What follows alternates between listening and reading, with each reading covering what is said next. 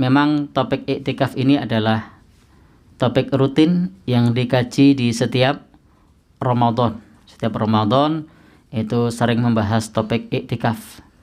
Tapi hampir-hampir kita, maksud saya pribadi, itu sulit untuk menerapkan iktikaf sebagaimana Rasulullah Shallallahu Alaihi Wasallam dahulu 10 hari terakhir di bulan Ramadan beliau beriktikaf. Bahkan kalau boleh saya survei, dari yang hadir ini tidak banyak yang pernah 10 hari 10 malam. Nah, ada yang sudah menjalankan 10 hari 10 malam yang hadir di sini? Tidak ada? Mas Nur? Pernah? Alhamdulillah. Nah, ternyata ada yang mewakili. Nanti bisa minta resepnya sama beliau, bagaimana bisa iktikaf. Oh, belum nikah. Ya. Jadi bagaimana bisa iktikaf 10 hari 10 malam. Jadi kita harus ingat bahwa iktikaf ini hukumnya adalah sunnah. Iktikaf itu hukumnya sunnah. Memberi nafkah kepada keluarga hukumnya wajib. Jadi memberi nafkah kepada keluarga hukumnya wajib. Maka tidak boleh pada saat kita melaksanakan iktikaf kemudian melalaikan tanggung jawab, melalaikan kewajiban. Kecuali kalau Anda pengusaha seperti Mas Anto, sehingga meskipun ditinggal iktikaf itu usahanya masih tetap bisa jalan. Itu tidak jadi soal. Atau sudah punya tabungan yang cukup. Nah, demikian pula kalau teman-teman sebagai karyawan atau sebagai pegawai negeri, itu artinya waktu kita sudah dibeli oleh perusahaan, sudah dibeli oleh kantor. Maka tidak boleh pada saat kita iktikaf kita merampas hak kantor, kita merampas hak perusahaan. Yang mestinya kita di kantor bekerja, mestinya kita di tempat perusahaan bekerja, kemudian kita meninggalkan tugas iktikaf. Ini tidak boleh. Maka kalau mau iktikaf bagi teman-teman karyawan atau teman-teman pegawai negeri, pastikan mendapat izin terlebih dahulu dari perusahaan terkait. Nah, jadi silahkan yang pegawai negeri juga silahkan mengajukan izin untuk iktikaf. Kalau diizinkan, maka baru kemudian menjalankan iktikaf yang 10 hari 10 malam tadi. Kenapa demikian?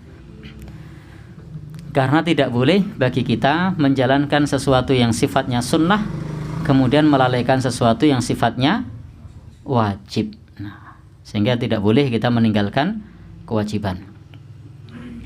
Maka bagi kita kalau mau iktikaf, pastikan tadi kalau kita sebagai karyawan atau pegawai dan kita masih punya tanggungan untuk menyelesaikan tanggungan kita terlebih dahulu, untuk izin terlebih dahulu. Maka memang iktikaf ini akan mudah bagi orang yang masih bujang.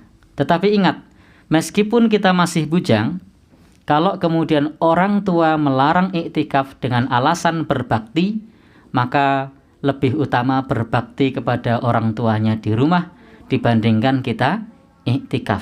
Nah, kalau alasannya berbakti. Tapi kalau alasannya tidak jelas, itu lain cerita. Kenapa kok saya tidak boleh iktikaf? Tinggal kamu satu-satunya yang menemani ibu.